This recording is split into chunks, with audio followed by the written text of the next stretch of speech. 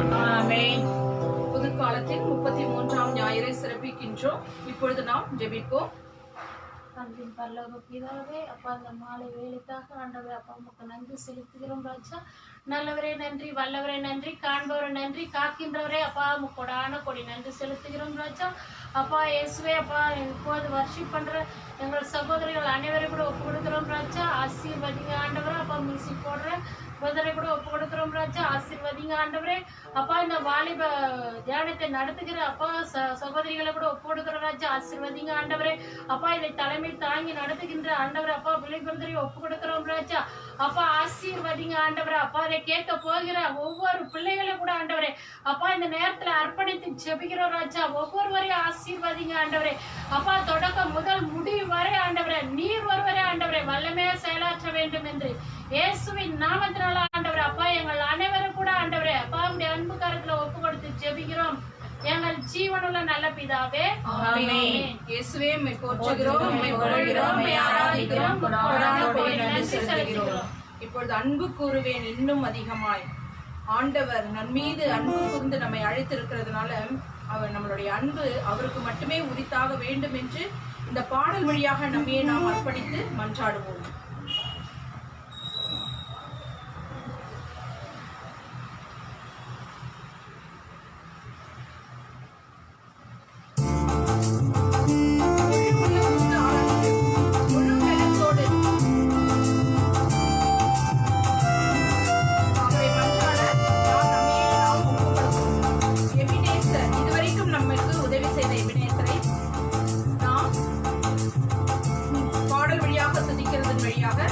நாம் அவரையே நம்மிடம் ஒப்பு கொடுத்து இந்த பாடல் வழியாக அவரை நாம் துதிப்போம்.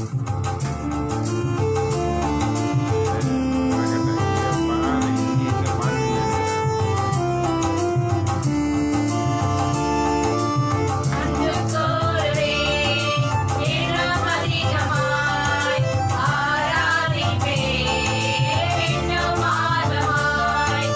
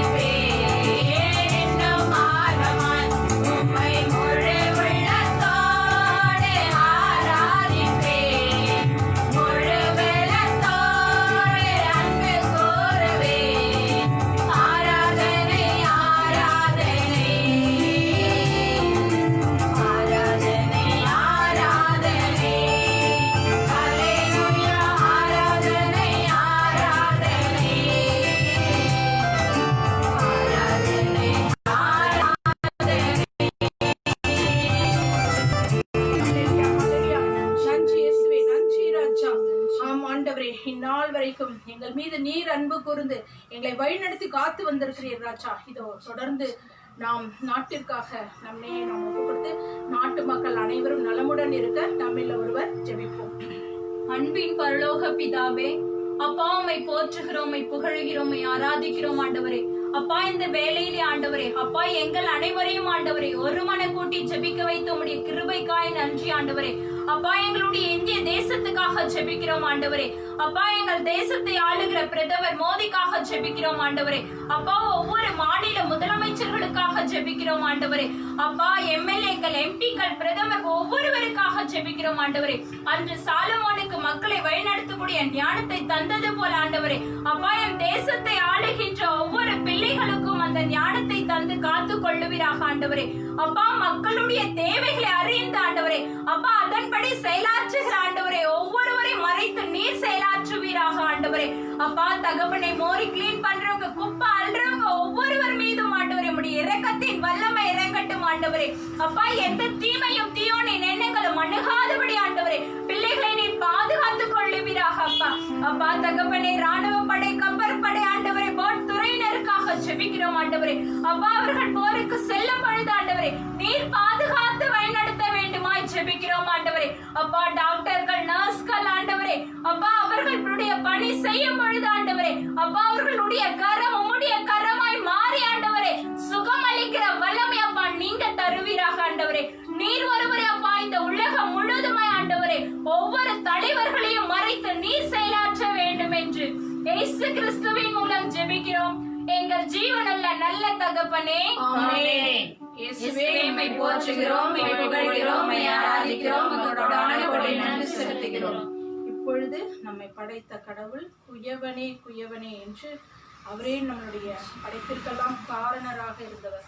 எனவே இந்த பாடல் வழியாக அவரை நாம் போற்றுவோம்.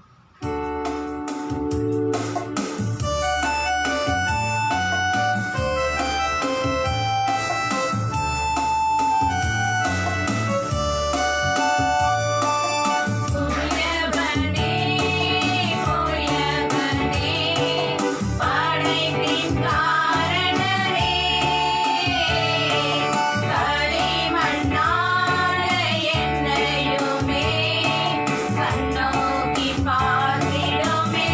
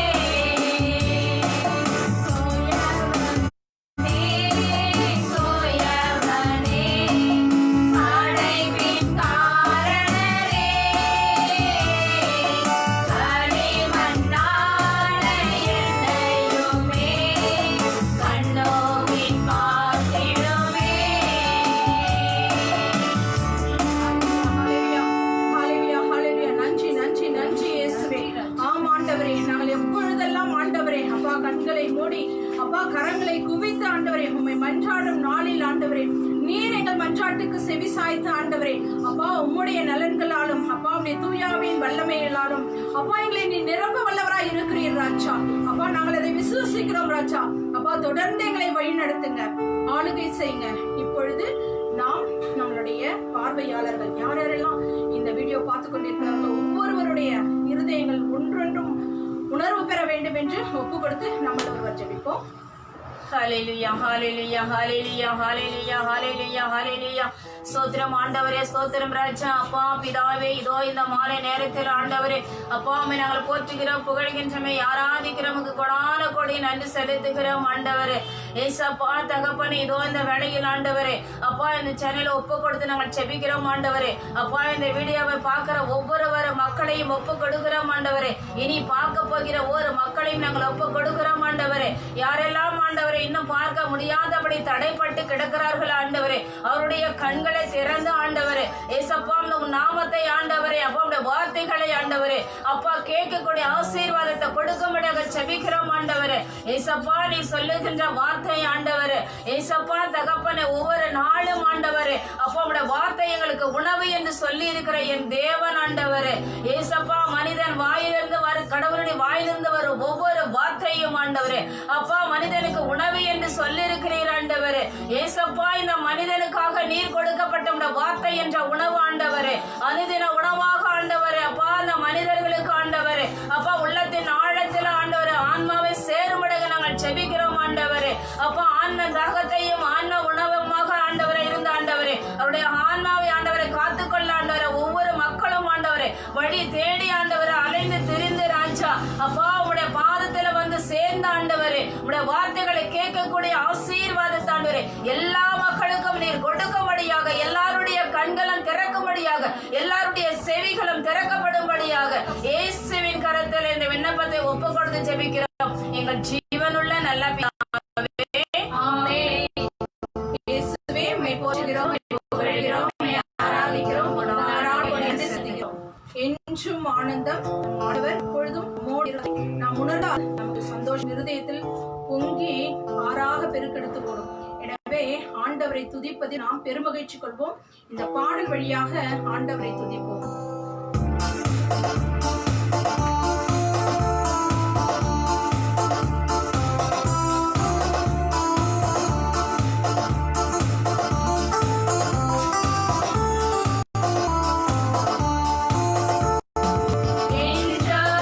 ஆனந்தம்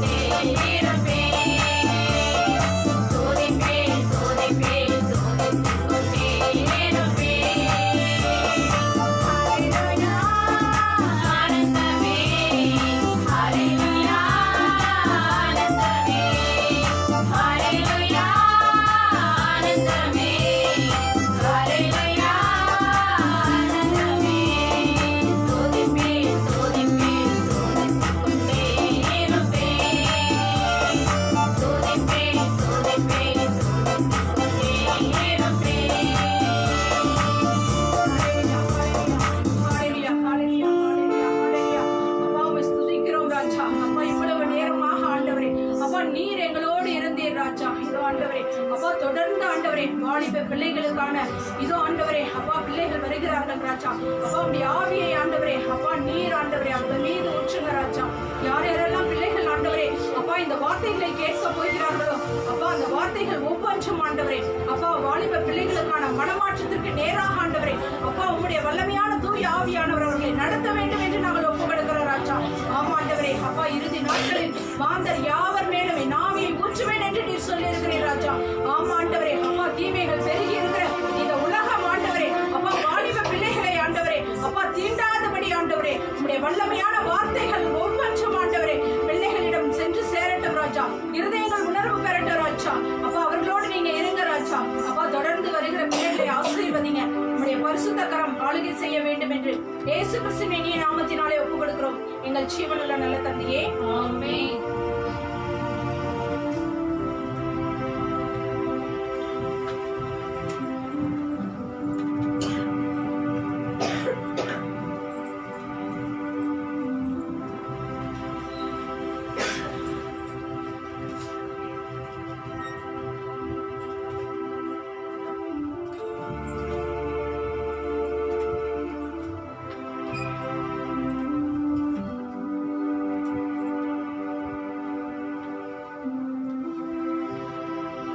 Praise the Lord.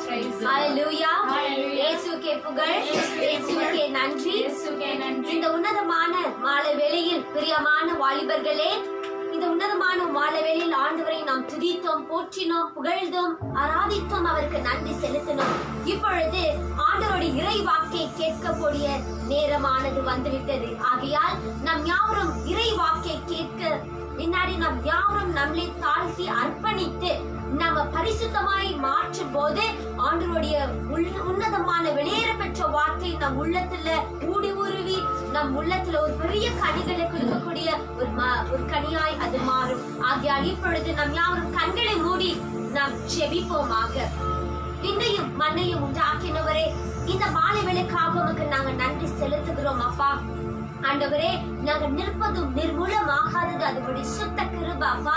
ஆண்டவரே, இந்த மாலை வேளையில் எந்தெந்த வாலிபர்கள் எல்லாம் இதை காணி ஆண்டவரே இது பார்த்து கொண்டு இருக்கிறார்கள், யாரெல்லாம் இந்த உன்னதமான தொலைக்காட்சியை ஆண்டவரே வாஞ்சியோடு காணு கொண்டு இருக்கிறார்களோ ஒவ்வொருத்தரும் நீர் ஆசீர்வதிங்க. உங்களுடைய உன்னதமான வார்த்தை ஒவ்வொருத்தரையும் தொட்டு ஆசீர்வதிக்கும்படிக்காய் ஜெபிக்கிறோம். நீங்க கொடுக்க போகிற இந்த உன்னதமான வெளியேற பெற்ற வார்த்தைகள் ஒவ்வொரு உள்ளத்திலும் பரிசுத்தமான கனிகளை உண்டாக்கும்படிக்காய் நாங்கள் ஜெபிக்கிறோம் ஆண்டவரே. அப்பா உங்களுடைய உன்னதமான கிருபை அக்கினி பரிசுத்தாவியானவர் ஒவ்வொரு இடத்திலும் போய் அசைவாடி பலப்படுத்தி தூய்மைப்படுத்தும்படிக்காய் ஜெபிக்கிறோம். இது எங்க அனைவற்றும் இயேசு கிறிஸ்துவின் நாமத்திலாக ஜெபிக்கிறோம் எங்க ஜீவனுள்ள நல்ல தகப்பனே, ஆமென், ஆமென்.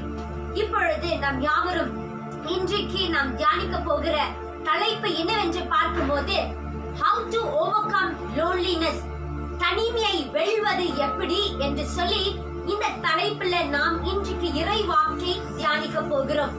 பிரியமான வாலிபர்களே, இந்த காலத்தில் தனிமை என்பது ஒரு பெரிய நோயாய் வளர்ந்து கொண்டு இருப்பதை நாம் காணலாம்.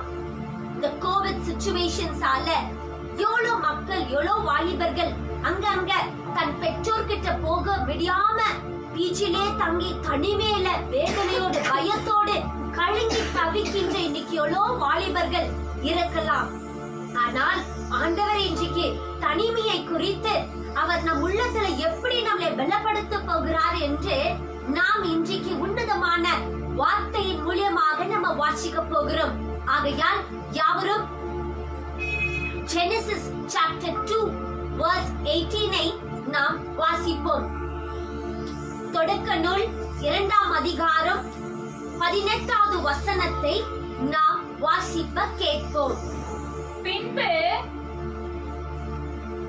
பின்பு ஆண்டவராகிய கடவுள் மனிதன் தனிமையாக இருப்பது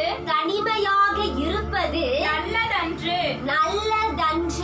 அவனுக்கு தகுந்த துணையை உருவாக்குவேன் என்றார். ஹalleluya, ஆமென்.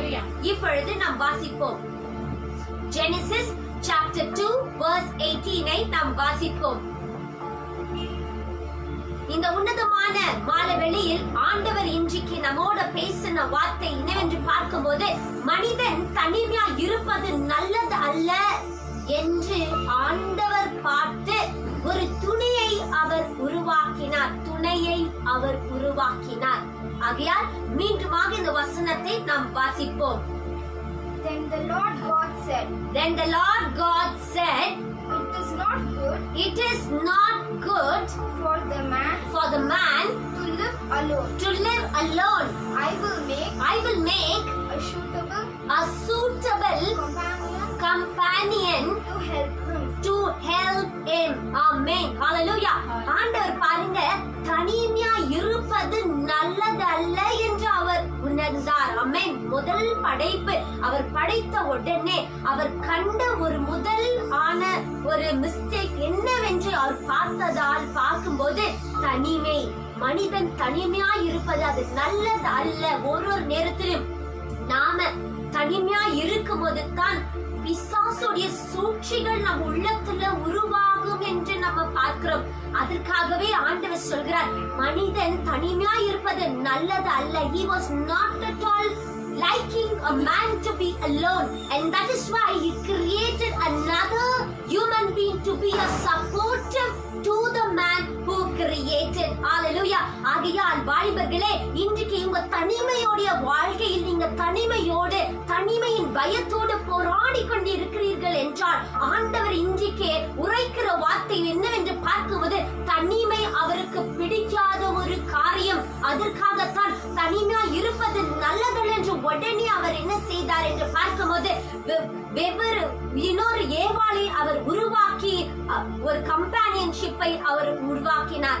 ஆகையால் நம் வாழ்க்கையில கூட நம்ம தனிமையில போராடி கொண்டு இருக்கலாம். பெற்றோர்களை விட்டு வேற தேசத்தில் நீங்க இருக்கலாம், வேற நகரத்தில் வாழ்ந்து கொண்டு இருக்கலாம். தனிமையில இந்த கோவிட் சிச்சுவேஷன்ஸால எவ்வளவு பேர் அவர்கள் கோவிட் சிச்சுவேஷன்ஸால தனிமையாக்கப்பட்டார்கள். அதால் எவ்வளவு பேர் மரித்து போனார்கள். ஆனால் இன்றைக்கு ஆண்டவர் உங்களை தனிமையா இருந்தும் அவர் கைவிடாதபடிக்கு உங்களை தேற்றி அரவணைத்தாரே, அந்த ஆண்டவருக்கு நாம் நன்றி செலுத்த வேண்டும். ஆனால் தனிமையாய் இருந்து ஆண்டவருக்காக எப்படி நம்ம வாழ வேண்டும், ஆண்டவர் தனிமையா இருக்கிறவங்களை எப்படி அவர் அழைக்கின்றார் என்று பார்த்து இன்றைக்கு நம்ம வாசிப்ப கேட்போம். மத்தேயு 11ஆம் அதிகாரம் 28 30 வரை நாம் வாசிப்ப கேட்போம். Matthew chapter 11 verse 28 to 30. மேலும் அவர் பெரும் சுமை சுமந்து சோர்ந்திருப்பவர்களே எல்லாரும் என்னிடம் வாருங்கள், நான் உங்களுக்கு இளைப்பாறுதல் தருவேன். நான் கனிவும் மனத்தாழ்மையும் உடையவர். ஆகவே என் நுகத்தை உங்கள் மேல் ஏற்றுக்கொண்டு என்னிடம் கற்றுக்கொள்ளுங்கள். அப்பொழுது உங்கள் உள்ளத்திற்கு இளைப்பாறுதல் கிடைக்கும். ஆம், என் நுகம் அழுத்தாது, என் சுமை எளிதாய் உள்ளது என்றார்.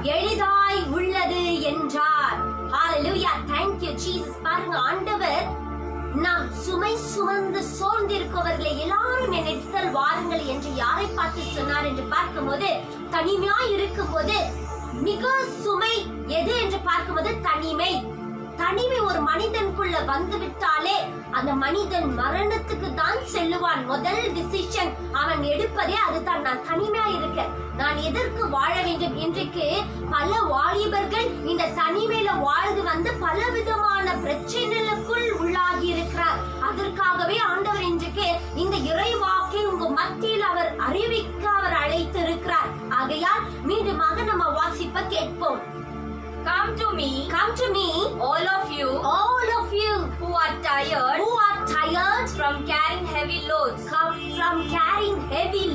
and I will give you rest. Take my yoke and put it on you, and learn from me, because I am gentle and humble, in spirit, and you will find rest. and you will find rest. For the yoke For the yoke I will give you I will give you is easy, is easy, and the load and the load I will put on you that I will put on you is light. is very light.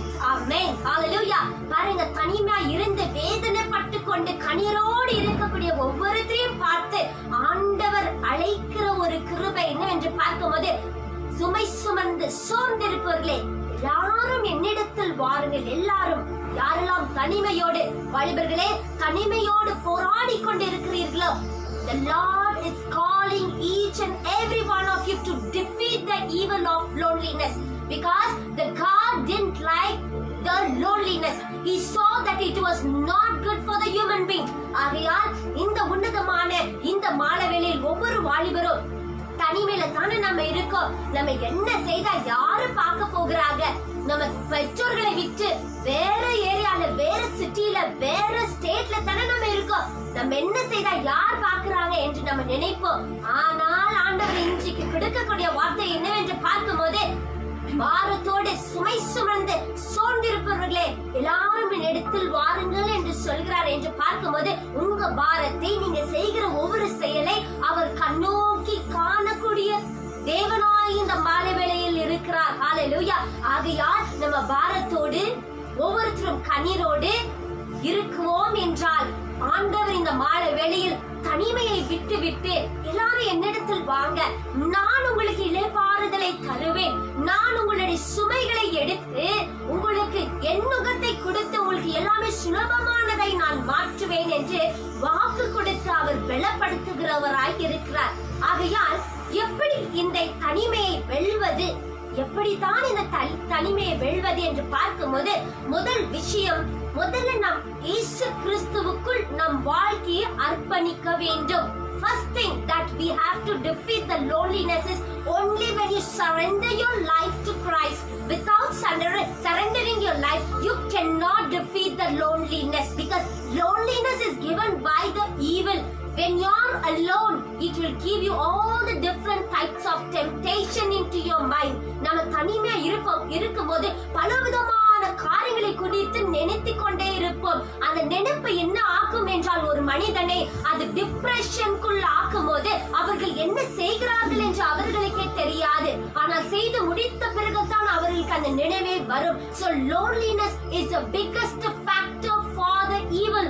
Therefore, my dear child, my dear every youth, girls and boys, the Lord is telling today is, first you should surrender your life to Christ. When you surrender your life to Christ, your loneliness has been taken away by the Lord God, our Lord Jesus Christ. Amen. ஆகையால் இரண்டாவது விஷயம், நம் தனிமையை வெல்வது எப்படி என்று பார்க்கும்போது, we should cultivate a new friendship who is very good in spirituality. நாம எப்பவுமே நாம கூட ஒரு நல்ல நண்பர்களை சம்பாதித்துக் கொள்ள வேண்டும். எந்த நண்பர்கள் என்று பார்க்கும்போது, இறை அருளில் நிரம்பி இருக்கிற நண்பர்களை நம்ம சம்பாதித்துக் கொள்ள வேண்டும். ஏன் என்று பார்க்கும்போது, நாம ஆண்டவருக்குள் இருக்கிற மனிதர்களோடு நம்ம நெருக்கமாய் இருக்கும்போது எந்த போராட்டம் வந்தாலும் அவர்களோ இறை வார்த்தையை சொல்லி சொல்லி நம்மளை பலப்படுத்துவார்கள். அப்போ இறை வார்த்தையை சொல்லி பலப்படுத்தும் போது சோர்ந்து போகாதபடிக்கு நல்வழிகளை காட்டக்கூடிய நண்பராய் இருப்பார்கள். இன்றைக்கு நீங்க யோசித்து பாருங்க, உங்களோடு இருக்கக்கூடிய நண்பர்கள் எப்படிப்பட்டு இருக்கிறார்கள்? இல்ல நீங்க தான் அடுத்தவர்களுக்கு நண்பராய் இருக்கும் போது எப்படி அவர்களுக்கு டிசிஷன் பவரை கொடுக்கிறீங்க? உங்களுடைய ஞானத்தை கொடுக்கிறீங்களா, இல்ல ஆண்டவருடைய இறைவாக்கை வைத்து அவர்களுக்கு டிசிஷன்ஸ் கொடுக்கிறோமா என்று நம்ம யோசித்து பார்க்கணும். ஆகையால் இரண்டாவது ஒரு விஷயம், நம் வாழ்க்கையில தனிமையை வெல்ல வேண்டும் என்றால் நாம் நண்பர்களை சம்பாதித்துக் கொள்ள வேண்டும். நல்ல நண்பரை, கிறிஸ்துவுக்குள் இருக்கிற நண்பர்களை சம்பாதித்துக் கொள்ள வேண்டும். ஆமென். மூன்றாவது என்ன காரியம் என்று பார்க்கும்போது, you should first believe that you are not alone. நாம் மூன்றாவது நம்ம வாழ்க்கையில என்ன செய்ய வேண்டும் என்றால், நாம நம்மளே விசுவாசிக்கிற, நான் தனிமையாய் அல்ல, என்னோடு என் ஆண்டவர் இருக்கிறார் என்று நம்ம முதல்ல உணர வேண்டும். உணராம நான் தனிமையா இருக்க, எனக்கு யாருமே இல்லை என்று நினைத்து நினைத்து பொழுபிக் கொண்டே இருக்குவோம் என்றால் அது நம்மளை இன்னும் டிப்ரெஷனுக்குள் தான் அது தள்ளிவிடும். ஆகையால் மூன்றாவது காரியம், நம் தனிமையை வெல்ல வேண்டும் என்று பார்க்கும்போது நாம விசுவாசிக்கணும். நான் தனிமையாய் அல்ல, என்னை உருவாக்குன ஆண்டவர் என்னோடவே இருக்கிறார் என்று அந்த விசுவாசம் நம்ம ஒவ்வொருத்துக்குள் அது வளர வேண்டும். 4வது காரியம் என்னவென்று பார்க்கும்போது, தூய ஆவியானவர் என்னோடவே என் உள்ளத்திலே அவர் வசிக்கின்றார் என்று ஒவ்வொருத்தரும் உணர வேண்டும். ஏன் என்று பார்க்கும்போது, ஆண்டவராகிய இயேசு கிறிஸ்து விண்ணக ராஜ்யம் செல்லும்போது அவர் சொன்னார், நான் உங்களுக்கு ஒரு துணையாளரை அனுப்புவேன் என்று சொன்னார். அப்ப நம்ம எப்படி தனிமையா இருப்போம் இந்த உலகத்துல?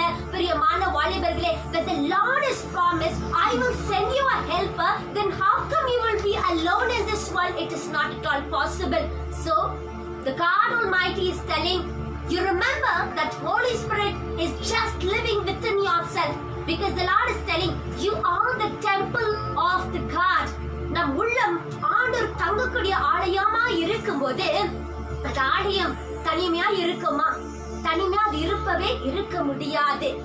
ஆகையால் நாம் 4வது விஷயம் என்ன நினைக்க வேண்டும் என்றால், தூய ஆவியானவர் என்னோடு எக்காலத்தும் எந்நேரத்திலும் அவர் என்னோடவே இருக்கிறார் என்று இந்த உணர்வோடு நம்ம வாழ வேண்டும். When the Holy Spirit is with you, you will not at all be afraid for anything. You will not feel that you are alone, because the Holy Spirit will guide you in the right way. Amen. Hallelujah. இது 4வது ஒரு காரியம், தனிமையை வெல்வது. 5வது ஒரு காரியம் என்னவென்று பார்க்கும்போது, எப்பவுமே காலையில எழுந்த உடனே முதல் பிளான் நம்ம வாழ்க்கையில செய்ய வேண்டியது என்னவென்று பார்க்கும்போது, இறை வார்த்தையை நாம் படிக்க வேண்டும். படித்து அது நாள் முழுவதும் தியானிக்க வேண்டும். என்ன வேலை செய்தாலும் சரி, படித்தாலும் சரி, இல்ல வேலைகளுக்கு போகிறதாலும் சரி, எதை செய்தாலும் do not forget to keep reading the word of the God. Because நாம சோர்ந்து போயிட்டாலும் ஆனால் இறை வார்த்தையோ நம்ம படிக்கும் போது அது உள்ளத்துல வந்து உள்ளத்துல உயிர் கொடுத்து நம் உள்ளத்துல பேசிக்கொண்டே இருக்கும். இறை வாக்கு உயிர் உள்ள வாக்கை என்று நம்ம உன்னதமான வார்த்தையில வாசிக்கிறோம். The word of the God is alive and active என்று சொல்கிறார். அப்ப alive and active word என்னைக்குன்னா அது உருவாகாம, என்னைக்குன்னா அதோட செயலை செய்யாம இருக்க முடியுமா? முடியவே முடியாது. ஆகையால் பிரியமான வாலிபர்களே, ஆண்டவருடைய இறை வாக்கை காலை எழுந்த உடனே நம்ம என்ன செய்ய வேண்டும் என்றால், ஆண்டவருடைய வார்த்தையை தியானித்து படிக்க வேண்டும். அப்படி படிக்கும் போது அந்த நாள் முழுவதும் ஆண்டவர் தனிமையை எடுத்துக்கொண்டு அவர் உங்களோடனே இருக்கிறார் என்ற அந்த உணர்வை கொடுத்து, பலனை கொடுத்து அவர் நடத்துகிறவராய் இருக்கிறார். 6வது வாக்கு என்னவென்று பார்க்கும் போது, when you feel நீங்க தவறு செய்துட்டீங்க, பாவம் செய்துட்டீங்க, என் ஜெபம் ஆண்டவர் கேட்கவே மாட்டார் என்று உங்க உள்ளத்துல நீங்க நினைக்கிறீங்களா இருந்தால், உடனே ஆண்டவர்கிட்ட போய் மன்னிப்பு கேட்டு அதுக்கான மன்னிப்பை பெற்றுக்கொள்ள வேண்டும். நம்ம தவறு செய்துட்டோம், ஆண்டவரை என்னை மன்னிக்கவே மாட்டார் என்ற அந்த குற்ற உணர்ச்சியோடு வாழ வேண்டாம். ஏனென்றால் நம் ஆண்டவர் இயேசு கிறிஸ்து அவர் மன்னிக்கிறதுல வல்லவராய் இருக்கிறார். அவர் பாவிகளை தேடித்தான் இந்த உலகத்துக்கே அவர் வந்தார். பணக்காரியும் இல்ல வசதியாய் இருக்கிறவர்களையும் பரிசுத்தவான்களையும் தேடி அவர் வரவில்லை. ஏழைகளை தேடி, ஒவ்வொரு பாவிகளை தேடி அவர் தன் ஜீவனை கொடுத்து இந்த உலகத்துக்காக அவர் வந்தார். அப்ப பாவி அவர் வெறுத்துடுவாரா? ஒரு நாளும் கிடையாது. ஆகையால் இந்த உன்னதமான இந்த மாலை வேளையில் ஒவ்வொரு வாலிபர்களே, தனிமையை எப்படி 6 விதமாக நம்ம விளக்கி அதுல இருந்து எப்படி நம்ம வெல்ல வேண்டும் என்று ஆண்டவர் ரொம்ப அழகாக நம்மோடு பேசினார். கடைசியாக ஒரு வசனத்தை நாம் பார்க்கலாம். ஆண்டவர் எப்படியான ஒரு நம்பிக்கை, ஒரு சமாதானத்தை நம்மளுக்கு தனிமையா இருக்கும் போது அவர் கொடுப்பார் என்று பார்க்கும்போது, யோவான் 14ஆம் அதிகாரம் 27வது வசனத்தை நாம் வாசிப்போம். John chapter 14 verse 27. அமைதியை உங்களுக்கு விட்டு செல்கிறேன், அமைதியை நான் உங்களுக்கு விட்டு செல்கிறேன், என் அமைதியே உங்களுக்கு அளிக்கிறேன், உங்களுக்கு அழைக்கின்றேன். நான் உங்களுக்கு தரும் அமைதி, நான் உங்களுக்கு தருகிற அமைதி உலகம் தரும் அமைதி போன்று அல்ல, உலகு தரும் அமைதியை போல அல்ல.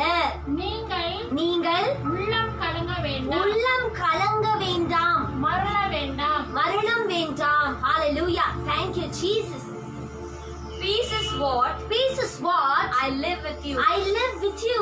It is my own peace It is my own peace that I give you. that I give you. I do not give it as the world does. It does the world does. Do not be worried Do not be worried and upset. and Do not be afraid. do not be afraid. Hallelujah.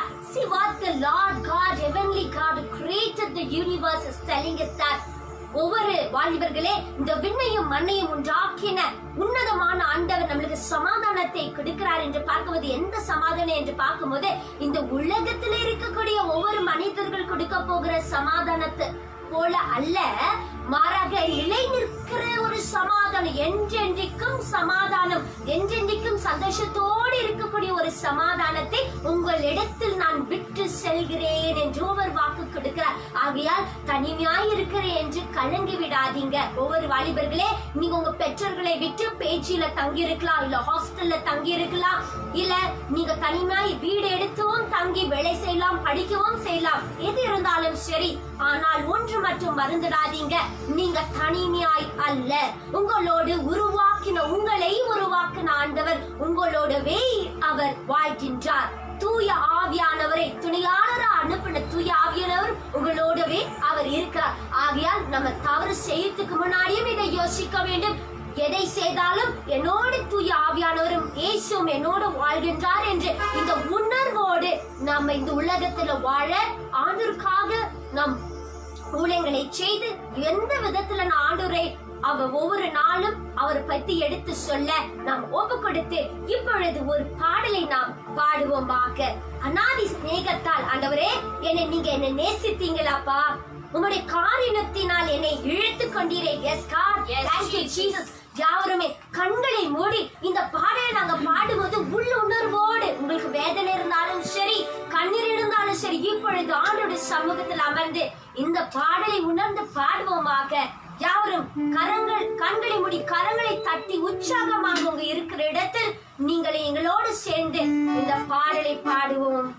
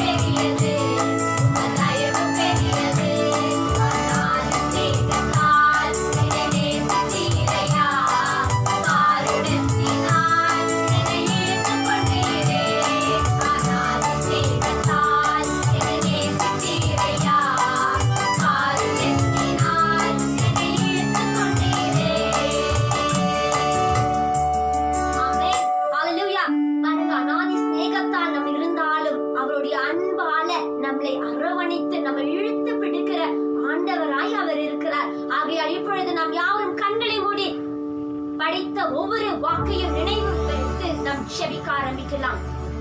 விண்ணையும் மண்ணையும் உண்டாக்கினவரே, இந்த மாலை வேளைக்காக உமக்கு நன்றி செலுத்துகிறோம் அப்பா. ஆண்டவரே, தனிமையை குறித்து எங்களோடு நீர் பேசின கிருபைக்காக உமக்கு நன்றி ஆண்டவரே. அப்பா, தனிமையை வெல்வது எப்படி என்று எங்களுக்கு அறிவை நீர் கற்றுக் கொடுத்தீரே ஆண்டவரே, அதற்காக உமக்கு நன்றி ஆச்சா. ஆண்டவரே, யாரெல்லாம் இந்த தொலைக்காட்சியை பார்த்து கொண்டு இருக்கிறார்கள், யாரெல்லாம் தனிமை என்று அந்த பயத்திலும் தனிமை என்று அந்த வேதனையிலும் கண்ணீரிலும் மூழ்கி கொண்டு இருக்கிறார்கள் ஆண்டவரே, ஒவ்வொரு வாலிபர்களை நீங்கள் தொடும்படிக்காய் செபிக்கிறோம். அவங்க உள்ளத்தில் இருக்கிற அந்த தனிமை என்று அந்த வேதனையை அந்த நுகத்தை நீர் எடுக்கும்படிக்காய் செபிக்கிறோம் ஆண்டவரே. உம்முடைய சமாதானத்தை இந்த ஒவ்வொரு பிள்ளைகள் ஒவ்வொரு வாலிபர்கள் உள்ளத்துல நீர் கிடுக்குவீராக ராஜா. வல்லமை உள்ள ஆண்டவர் அப்பா, நீர் ஒவ்வொரு கிரியைகளை செய்து சமாதானத்தை கட்டளையிடுவீராக தகப்பனே. நன்றி ஆண்டவரே, நன்றி அப்பா. நீ சமாதானத்தை கொடுத்து நீ துணையாளராய் இருக்கிறீர் என்று அவர்கள் உள்ளத்துல ஆண்டவரை உருவாக்கும்படிக்காய் செபிக்கிறோம் ஆண்டவரே. நீரே ஒவ்வொருத்தரும் பொறுப்பெடுத்து பாதுகாத்து வழிநடத்தி ஆசீர்வதிங்க. இது அனைவற்றும் எங்க இயேசு கிறிஸ்துவின் நாமத்திலாக செபிக்கிறோம் எங்க ஜீவனுள்ள எங்க நல்ல தகப்பனே. ஆமென், ஆமென். இப்பொழுது நாம் யாவரும் பெண்களுக்கான இறைவாக்கை நாம் காண போகிறோம்.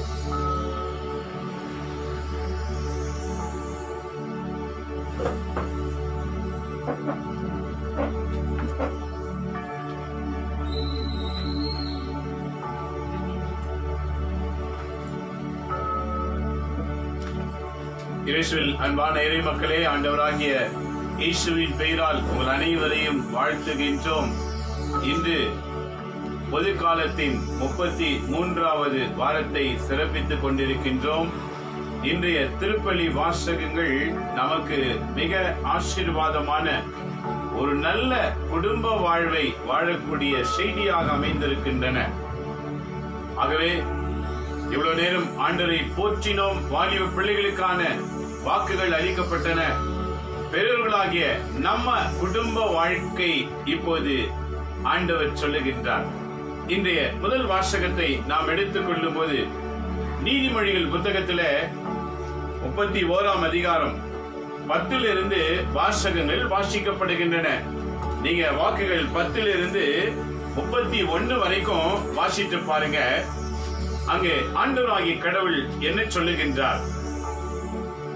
அதாவது ஒரு குடும்ப வாழ்க்கையிலே வாழ்கிற பெண்கள் எப்படி இருக்க வேண்டும் என்று கற்றுக் கொடுக்கின்றார். குடும்ப வாழ்க்கையில் இருக்கிற அனைத்து பெண்களும் கற்றுக்கொள்ள வேண்டும்.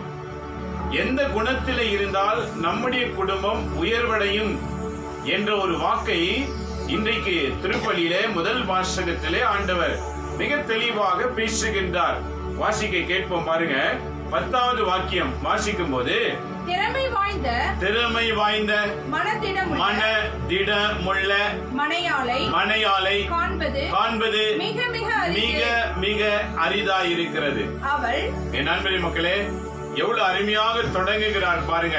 என்ன தொடக்கம்னா, திறமை வாய்ந்த. இதை கேட்டுக்கொண்டிருக்கிற ஒவ்வொரு பெண் பிள்ளைகளையும் ஒவ்வொரு சகோதரிகளும் தங்களுடைய திறமைகளை பண்படுத்துவதற்கு கற்றுக்கொள்ள வேண்டும். இந்த உலகில பிறந்த எவருமே திறமையற்றவர்கள் கிடையாது. எப்பொழுது திறமையற்றவர்களாய் மாறுவார்கள்? தங்களையே அவர்கள் கோழையாக நினைக்கும் போது.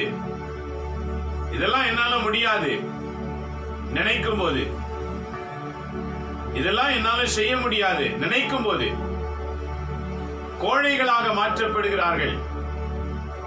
ஆனால் இன்று திருப்பலி வாசகத்திலே ஆண்டவர் சொல்லுகிறார், ஒவ்வொரு பெண்களும் திறமை வாய்ந்தவர்களாக. இரண்டாவது, மனதிடமுள்ள. மனதிடம் என்றால் பொருள் என்ன? எதை நாம் செய்வதற்கு முன்னும் முதலிலே தைரியமான ஒரு முடிவெடுக்க வேண்டும். நிச்சயம் ஆண்டவர் என்னோடு இருந்து செய்வார் என்ற நம்பிக்கை இருக்க வேண்டும். ஆக சாலமோன் என்ன உரைக்கின்றார் பாருங்க. திறமை வாய்ந்த மனதிடமுள்ள பெண்களை காண்பது மிக மிக அரிது. உண்மையா இல்லையா யோசித்து பாருங்க. உங்களுக்குள்ள எத்தனையோ திறமைகள் புதைந்திருக்கும். அந்த திறமைகளை வெளியே கொண்டு வர முடியாமல் ஒரு சிலர் தவிப்பாங்க. ஒரு சிலருக்கு உதவி இல்லாம போயிடும். ஒரு சிலர் எந்த எதிர்ப்பு வந்தாலும் தொடர்ந்து கொண்டிருப்பாங்க. ஆனா ஒரு சிலர் ஒன்றுக்குமே பயனில்லாதவர்களாய் மாறிவிடுவார்கள். எப்படி உங்க குடும்ப வாழ்வு மகிழ்ச்சியா இருக்கும்? நீங்க திறமை வாய்ந்த பெண்களாக மாற வேண்டும். ஏனெனில் ஆண்டவர் தொடக்கத்திலே வாலிப ஜெபத்திலே நாம் கேட்டோம், தொடக்க நூலிலே ஆதாம் தனிமையா இருப்பது நன்னென்று அவருக்கு ஏற்ற துணை, உதவி செய்கிற துணை கடவுள் உருவாக்கி கொடுத்தார். ஆக பெண்ணை உருவாக்கும் போது கடவுள் கோழைகளாக உருவாக்கவில்லை. ஆணுக்கு நிகராக பணிகள் செய்யும்படி, ஆலோசனை கொடுக்கும்படி, திறமைகளை வெளிப்படுத்தும்படி அவரையும் கடவுள் ஆசீர்வதித்து தான் உருவாக்கினார். ஆனால் இன்றைய பெண்கள் எத்தனை பேர் அவமானப்படுகிற நிலையை பார்க்கின்றோம்.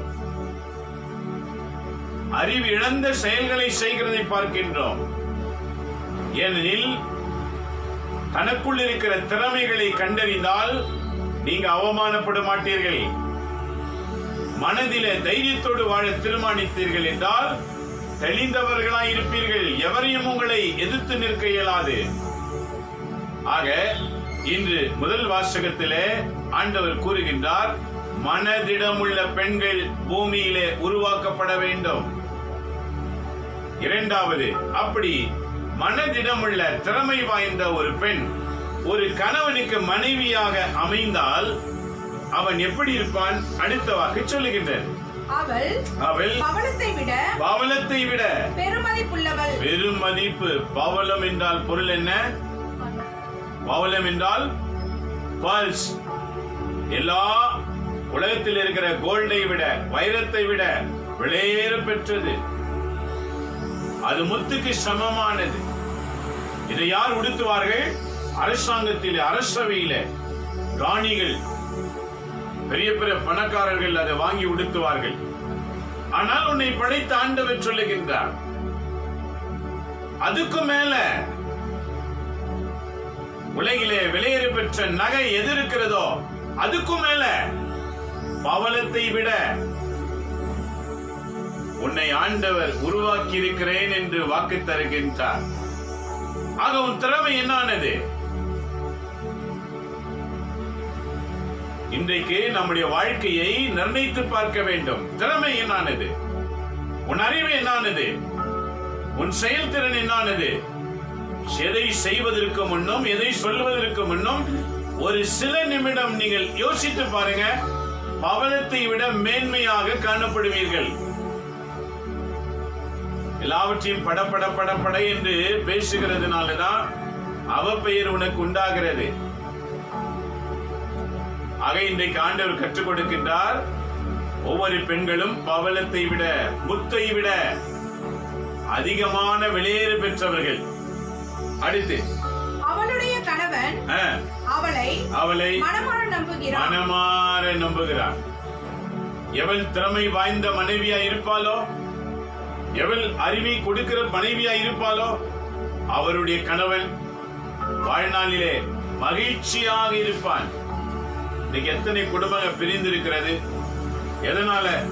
பணத்தினால, அந்தஸ்தினால, உயர்வு தாழ்வுனால, அறிவில்லாத காரணத்தினால பல வகையில இன்றைக்கு பிரிந்து கிடக்கிறதை நாம் பார்க்கலாம். அதிக படித்தாலும் பிரச்சனை தான், அதிக சம்பாதித்தாலும் பிரச்சனை தான். ஆனால் வாழ்க்கையிலே ஆண்டவரின் வாக்கு எவருக்குள் செயலாற்றுகிறதோ அவங்கதான் ஒருவருக்கு ஒருவர் விட்டு கொடுத்து பயணம் செய்வார்கள். ஆக என் நண்பரி மக்களே, அடுத்த வாக்கு என்ன சொல்கிறது பாருங்க. வாழ்நாள் முழுவதும் அவன் மகிழ்ச்சியாய் இருப்பான். அடுத்து, அவளால் அவனுக்கு நலமும் பலமும் பெருகும். என்ன பெருகுமா பாருங்க? அந்த கணவனுக்கு நலமும் பலமும் பெருகிக்கிட்டே இருக்கும். ஏனெனில் மனைவி செய்கிற நல்ல நல்ல செயல்களை பார்க்கும் போது கணவன் உள்ளத்தில் ஒரு பெரிய மகிழ்ச்சி உண்டாகும்.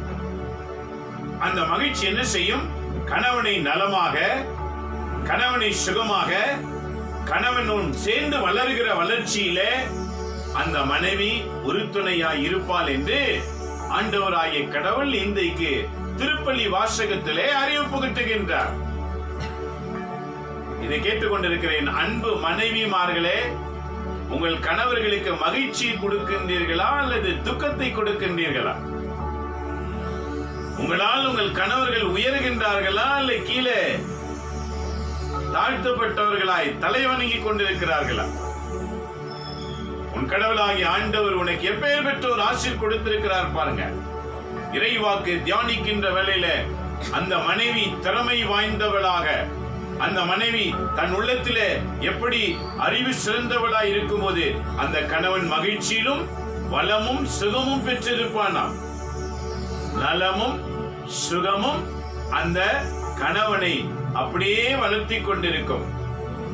அந்த நலமும் சுகமும் இருக்கும் போது அந்த குடும்பம் எப்படி இருக்கும் பாருங்க, எப்படி இருக்கும்? அது இன்றைக்கு பதிலுரை பாடல் மிக அருமையாய் சொல்லுகின்றன. எப்படி இருக்கும்? இன்றைக்கு முதல் வாசகத்துக்கு பிறகு பதிலுரை பாடல் ஒன்று திருப்பாடலிலே உண்டு. திருப்பாடல் 128, சங்கீத புத்தகம் 128 1 முதல் 5 வரை வாசிக்கும் போது எப்படி இருக்குமா பாருங்க. ஆண்டவருக்கு அஞ்சி அவர் வழிகளில் நடப்போர் பேறு பெற்றோர். எப்போது ஒரு கணவன், அந்த வீட்டில் இருக்கிற கணவன் ஆண்டவருக்கு பயந்து வாழ்கின்ற ஆண்மகன் வீட்டில் இருக்கணும். அப்பதான் நலமோ பெருமையோ உண்டாகும். மனைவி மட்டும் அறிவில திறந்தசாலியா இருக்கணும், மனைவி மட்டும் நல்லா உயர்ந்திருக்கணும், மனைவி மட்டும் ஜெபிக்கணும், கணவன் எப்படி வேணாலும் இருக்கலாம், முடியாது. இந்த திருப்பலி வாசகம் மிக அருமையாக நமக்கு அறிவிப்பு கட்டுகிறது. ஆக கணவன்மார்கள் எப்படி இருக்க வேண்டும்?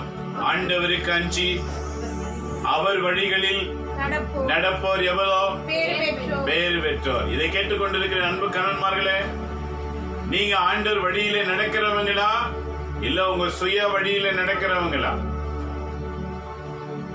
எனக்குன்னு ஒரு ஆசை இருக்கு, எனக்குன்னு ஒரு எண்ணம் இருக்குது, ஓட முடியாது. கணவனுக்கும் மனைவிக்கும் ஒரே ஆசை, ஒரே எண்ணம், அது கிறிஸ்துவின் வழியிலே மட்டுமே பயணம் செய்வது. ஆக ஆண்டவர் சொல்லுகிறார், அவர் வழிகளில் நடக்கிறவன் எவனோ அவன் பேறு பெற்றவன். உமது உழைப்பின் பயனை நீங்க சம்பாதிக்கிற அந்த சம்பாத்தியத்தை நீங்க தான் சாப்பிடுவீங்க, கடன்காரர் சாப்பிட மாட்டாங்க.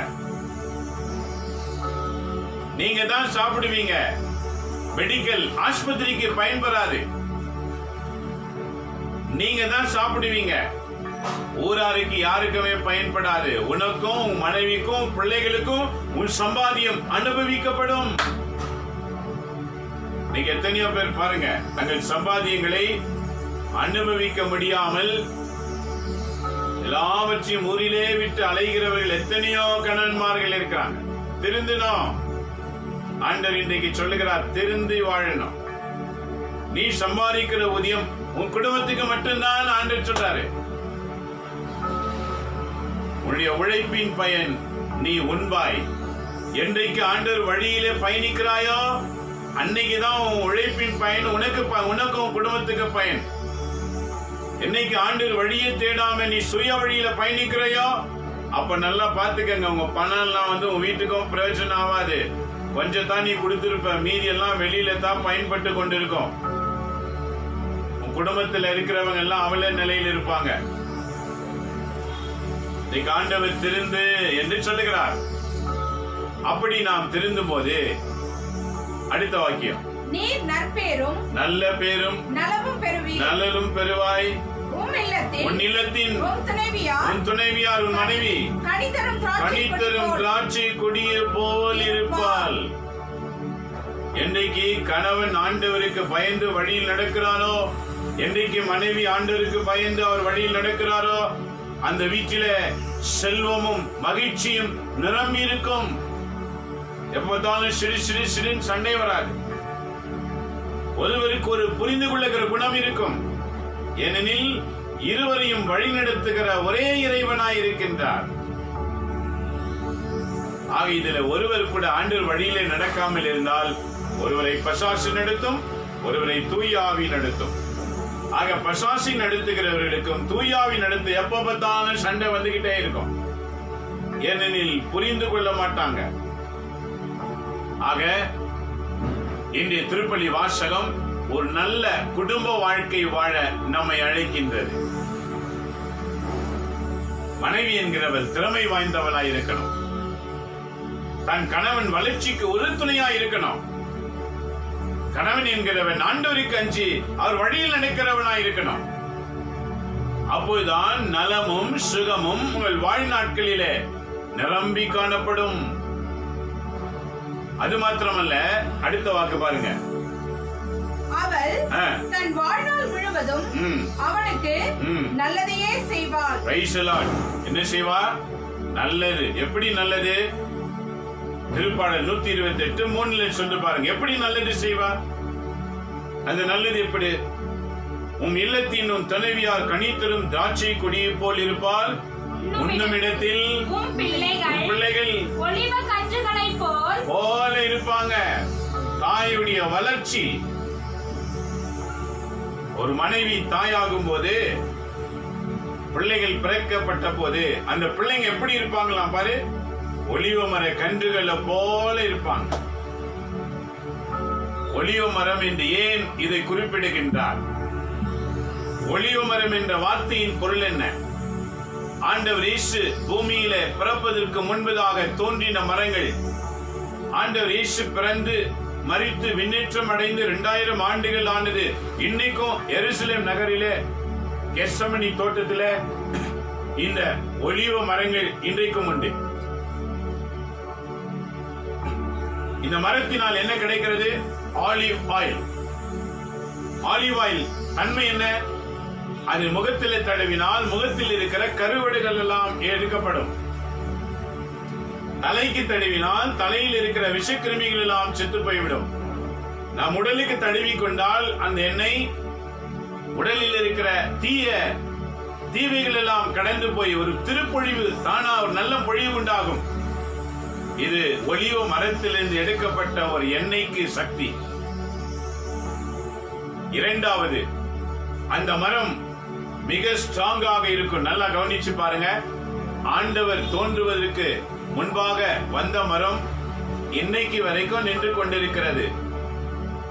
ஆண்டவர் உங்களுடைய பிள்ளைகளை இந்த மரத்துக்கு ஒப்பிட்டு சொல்லுகின்றார். எப்போது கணவன் ஆண்டவருக்கு அஞ்சி அவர் வழியில் நடப்பாரோ, எப்போது மனைவி திறமை வாய்ந்தவளாக தன் குடும்ப வளர்ச்சிக்காக, தன் பிள்ளைகள் வளர்ச்சிக்காக, தன் கணவன் வளர்ச்சிக்காக ஜெபத்திலும் விசுவாசத்திலும் தன் குடும்பத்தை நடத்த தீர்மானிக்கின்றாலோ, அந்த பிள்ளைங்க ஒலிவமர கன்றுகளை போலவும் அந்த கணவன் சுகபலத்தினாலும் இருப்பார். அருமையான வாக்கு இல்ல? ஆக இது யாருக்கு நடைபெறும்? 4வது வாக்கியம். ஆண்டவருக்கு அஞ்சி நடக்கும் ஆடவர் இத்தகைய ஆசி பெற்றவராய் இருப்பார்.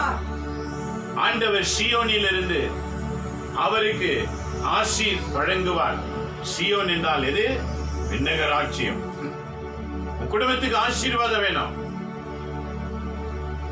நீங்க சுகமா பலமா வாழணும். தாறுமாறு வாழ்க்கை இருக்கக்கூடாது. ஆண்டவருக்கு அஞ்சி நடக்கிற ஒரு குடும்பத்தை உண்டாக்க ஆண்டவர் காத்துக் கொண்டிருக்கிறார். ஏன் ஆண்டவருக்கு அஞ்சி நடக்கிற குடும்பம் வேண்டும்? இறை திட்டத்தை நிறைவேற்றுவதற்காக. ஆகவேதான் இன்றைய நற்செய்தி வாசகம் மிக தெளிவாய் சொல்லுகிறது. என்ன சொல்லுகிறது பாருங்க. வாசிக்கும் போது வீழத்துல இன்றைய நற்செய்தி வாசகம் மத்தேயு நற்செய்தி 25ஆம் அதிகாரத்துல 14 - 30 வரைக்கும் இன்றைக்கு காஸ்பல் ரீடிங் நற்செய்தி வாசகம். மத்தேயு நற்செய்தி அதிகாரம் 25-14 என்ன உரைக்கின்றார்? அவர் திறமைக்கு தக்கவாறு அவருக்கு தாளந்து கொடுக்கப்பட்டது. கணவன் திறமைக்கு தக்கவாறு தாளந்து கொடுக்கப்படுகிறது. மனைவிக்கு திறமைக்கு தக்கவாறு தாளந்து கொடுக்கப்படுகிறது. பிள்ளைகள் திறமைக்கு தக்கவாறு தாளந்துகள் கொடுக்கப்படுகிறது. ஆனால் ஆண்டவரால் தேர்ந்து கொள்ளப்பட்ட ஒருவருக்கும் திறமை இல்லை என்று சொல்லி அவர்களை அழைக்கவில்லை. ரகசியம் என்ன? கிறிஸ்தவர்களாக அழைக்கப்பட்டவங்க ஒவ்வொருவருக்கும் திறமையற்றவர்கள் என்று சொல்லி உங்களை கிறிஸ்துவ குடும்பத்திலே ஆண்டவர் பிறக்க வைக்கவில்லை.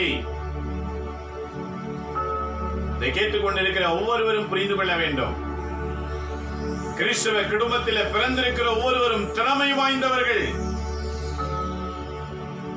இதுதான் இன்றைக்கு நற்செய்தியிலே வெளிப்படுத்துகின்றார். கிறிஸ்துவை ஏற்றுக்கொண்ட ஒவ்வொருவரும் திறமை வாய்ந்தவர்கள்.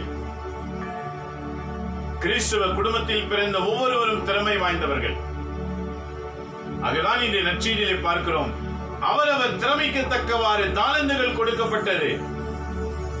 ஆனால் ஆண்டவர் அங்கே இருக்கிறவங்க திறமை அற்றவங்க என்று சொல்லி ஒருவருக்கும் தாளந்து கொடுத்ததாக சரித்திரம் சொல்லப்படவில்லை. அவர் எவரை தேர்ந்து கொண்டாரோ தேர்ந்து கொள்ளப்பட்டவர் திறமை உள்ளவராய் தான் இருந்தார். ஆக நற்செய்தி என்ன சொல்லுகிறது? ஒரு திருக்குடும்பத்தை ஆண்டவர் தேர்ந்து கொண்டார். கணவன், மனைவி, பிள்ளைகள். அந்த கணவன், மனைவி, பிள்ளைகளுக்கு திறமை இருக்கிறது. அந்த திறமை எப்போது வெளிப்படும் தெரியுமா? ஆண்டவருக்கு அஞ்சி நடக்கும் போதுதான். ஆண்டவருக்கு அஞ்சி நடக்காதவர்கள் திறமையை வெளிப்படுத்த இயலாது. உலகத்துல பல திறமைகளை வெளிப்படுத்துவாங்க. பெரிய பெரிய பதவியில அமரலாம். ஆனால் நீ வெளிப்படுத்துகிற திறமை ஆண்டவருக்கு பயன்படவில்லை என்றால் நீ பிரயோஜனமற்றவனாய் மாறிவிடுவாய். இதுதான் இன்றைய நற்செய்தி வாசகம். இன்றைய நற்செய்தி வாசகம் பாருங்க. ஒருவனுக்கு 5 தாலந்து கொடுக்கப்பட்டது, இருவனுக்கு 2 தாலந்து கொடுக்கப்பட்டது, இன்னொருவனுக்கு 1 தாலந்து கொடுக்கப்பட்டது. ஏனெனில் அந்த 1 தாலந்து பெற்றவன் அவ்வளவுதான் அவனுக்கு திறமை உண்டு. 2 பெற்றவன் அவனை விட கொஞ்சம் திறமையாயிருக்கின்றான். 5 பெற்றவன் இந்த 2 பேரை விட நிறைய திறமையாயிருக்கின்றான். இதுதான் உலகத்திலே இன்னைக்கு பயன்பட்டு கொண்டிருக்கின்றன. உலகத்துல பாருங்க, பல வகையில பல துறைகளிலே உயர்ந்து கொண்டே இருப்பாங்க. பல துறைகளில் உயரலாம். சினிமாவிலே உயர்ந்து கொண்டிருப்பாங்க, அரசியலிலே உயர்ந்து கொண்டிருப்பாங்க, படிப்பில உயர்ந்து கொண்டிருப்பாங்க, அந்தஸ்தில உயர்ந்து கொண்டிருப்பாங்க, புகழில உயர்ந்து கொண்டிருப்பாங்க, ஸ்போர்ட்ஸ்ல உயர்ந்து கொண்டிருப்பாங்க. இப்படி பல துறைகளில உயர்ந்து கொண்டே இருப்பாங்க. ஆனா கிறிஸ்துவுக்குள் உயர்வடைந்திருக்கிறாயா? உன் திறமை ஆண்டவருக்கு பயன்படவில்லை என்றால் நீ வீணா போனவன் என்று ஆண்டவர் சொல்லுகிறார்.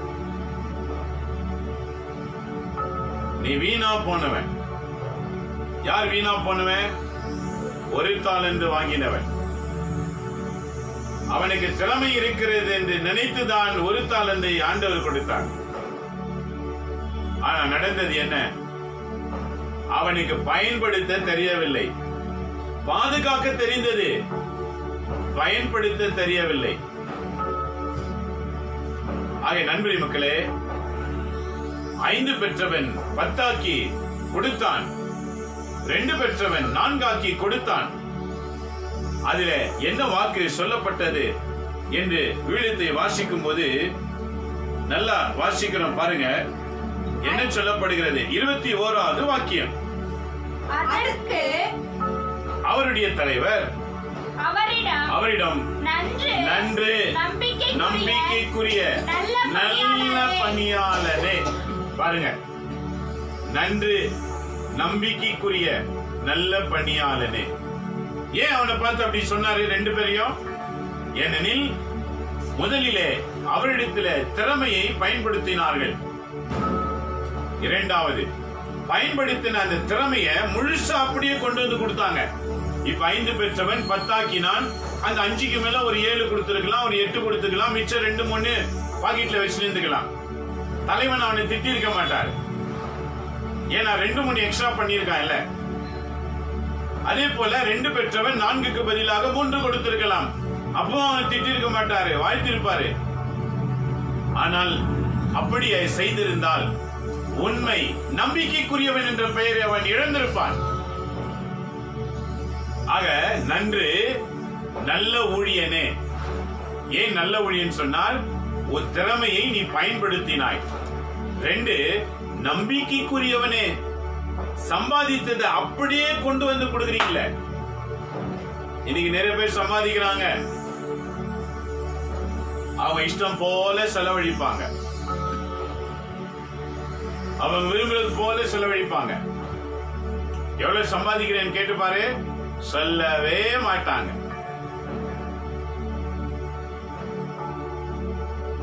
ஆண்டவர் சொல்லுகிறார், இவன் சம்பாதித்தையே கொண்டு வந்து கொடுத்தான், ஒளிமறைவு இல்லாமல் போய்விட்டது. ஆக அந்த எஜமான் என்ன சொல்லுகிறார் பாருங்க, தலைவர், நன்று நம்பிக்கைக்குரிய நல்ல பணியாளரே, சிறிய பொறுப்பில் நம்பிக்கைக்கு உரியவராய் இருந்ததினால் எனவே பெரிய பொறுப்புகளில் உன்னை நான் அமர்த்துவேன். கொஞ்ச விஷயத்துல நீங்க உண்மையா இருந்து பாருங்க. உங்ககிட்ட ஒப்படைக்கப்பட்ட ஒரு சிறு விஷயத்துல நான் உண்மையா இருக்கணும்னு நினைச்சு பாருங்க. அதை நான் சரியா செய்யணும்னு நினைச்சு பாருங்க. என் திறமையை சரியா பயன்படுத்தணும்னு நினைச்சு பாருங்க. உயர்வு உன்னை தேடி வரும். பெருமை அதுல இருக்கக்கூடாது, பெருமை இருக்கக்கூடாது, பெருந்தன்மை இருக்கலாம், பெருமை இருக்கக்கூடாது. பெருமை வந்துவிட்டால் உனக்கு அழிவு நெருங்கி விட்டது என்பது பொருள். சிறிது காலம் கழித்து நீ விளக்கப்படுவாய் என்பது பொருள். பெருமைக்கு செய்யக்கூடியதல்ல. ஆண்டவர் சொல்லுகிறார், சின்ன விஷயத்தில் நீ உண்மையா இருந்ததினால் உன்னை பெரியவற்றுக்கு தலைவனாக, அதிகாரியாக, பெரிய பெரிய இடங்கள்ல உன்னை அமர வைப்பேன். அடுத்து, உன் தலைவனாகிய என் மகிழ்ச்சியில நீ வந்து மகிழ்ச்சியாய் பாருங்க. 5 தாலந்து பெற்றவன் இன்னும் 5 தன் திறமையை பயன்படுத்தி உழைத்து கஷ்டப்பட்டு இன்னும் 5 சம்பாதிச்சு தலைவனுடைய மகிழ்ச்சியில பங்கு பெற்றான். 2 பெற்றவனோ அவனும் உழைத்து அதை 2 4 ஆக்கி அவனும் தலைவன் மகிழ்ச்சியில பங்கு கொண்டான். ஆனால் 1 பெற்றவனோ என்ன செய்தான் என்று பார்க்கும்போது 24வது வாக்கியம் சொல்லுகின்றன. வாசிப்போம். ஒரு தாலந்து பெற்றுக் கொண்டவன் அவரை அணுகி, ஐயா நீர் கடின உள்ளத்தினர். பாருங்க, ஒரு தலைவனுடைய குணம் எப்படி இருக்குன்னு அவன் சொல்றான். முதல்ல 5 வாங்கணும் இதெல்லாம் சொல்லல, 2 வாங்கணும்னு சொல்லல. ஏன்னா அவங்களுக்கெல்லாம் திறமையை பயன்படுத்தணும்னு எண்ணம். இவனுக்கு திறமை இருந்தும் பயன்படுத்தணும்ன்ற எண்ணம் இல்ல. சாக்கு சொல்றான். சாக்கு சொல்லுறவங்களை ஆண்டவருக்கு பிடிக்காது. எந்த செயல் செய்தாலும் சாக்கு போக்கு சொல்லுகிறவர்கள் ஆண்டவருக்கு பிடிக்காது. இப்ப சாக்கு போக்கு சொல்றான் பாருங்க. நீர் கடினமானவர். அடுத்து, நீ விதைக்காத இடத்துல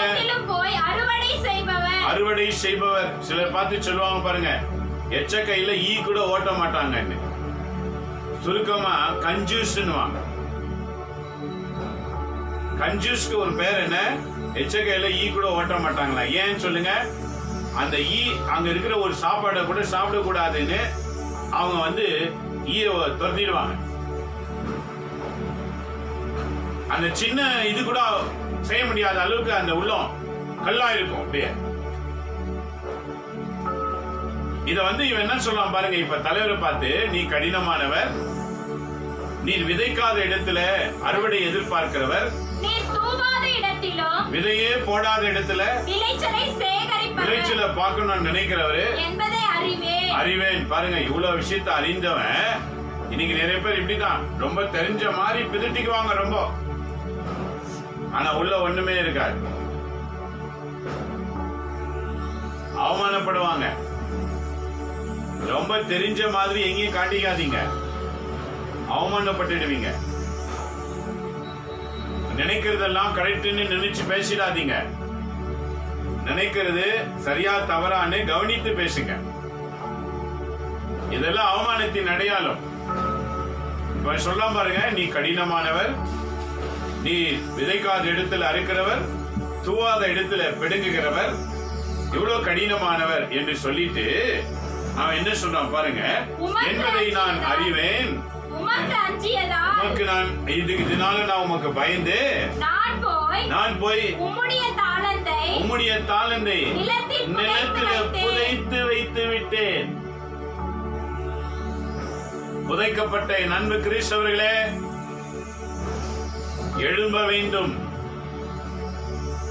பிரயோஜனமற்றவனாய் கிறிஸ்தவ குடும்பத்தில் நீ இருந்தால் இப்போது நல்லா கவனிக்கணும். ஒரு கிறிஸ்தவன் கிறிஸ்துவுக்கு பயன்படவில்லை என்றால் அந்த கிறிஸ்தவனின் நிலைமை என்ன என்றுதான் இந்த ஒரு தாளந்து. கிறிஸ்தவனாய் பிறந்து கிறிஸ்துவுக்காக நீ பிரயோஜனம் இல்லை என்று சொன்னால் இன்றைய ஒரு தாளந்து பெற்றவனுக்கு என்ன பாருங்க, இவ்வளவு கடினமானவர் என்று நினைத்து நான் புதைத்து வைத்திருந்தேன். உனக்கு பாடுகிற தாளந்து இருக்கும், ஆனா ஆண்டவர் பாட்ட பாட மாட்டேன், சினிமா பாட்டு பாடின்னு இருக்குவ. உனக்கு பேசுற தாளந்து இருக்கும், ஆண்டு வார்த்தையை பேச மாட்டேன், கண்ட கண்ட ஊரு கட்டுக்கதைகள் எல்லாம் பேசின்னு இருக்குவ. அதுக்கெல்லாம் அறிவு நல்லா வேலை செய்யும்.